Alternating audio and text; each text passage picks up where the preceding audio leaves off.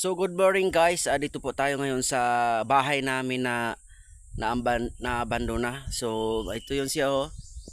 Yan. 'Yun siya. So medyo nabubulok na yung ibang mga kahoy nito.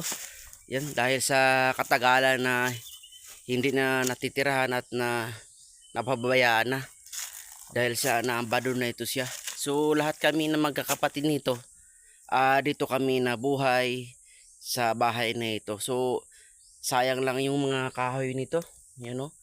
So yan, ayan, ayan siya,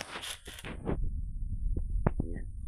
Mga matitibay pa itong mga tabla nito dahil ang mga kahoy ito ng mga karaan pa.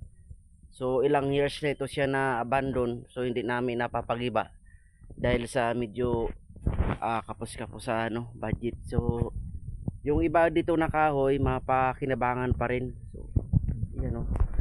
Ito siya. Ito masarig pa to siya oh. Yan.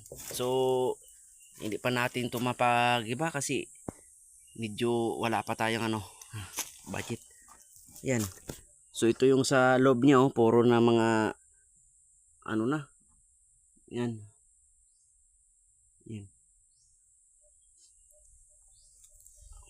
Ang mga ibang kahoy nito medyo na, bulok na dahil hindi na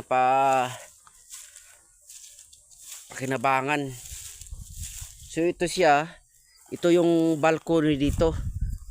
Ito pa yung haligyo na nakatayo, ito pa yung balcony namin. So yung pinto na yan po yung daan papunta dito sa may balkon.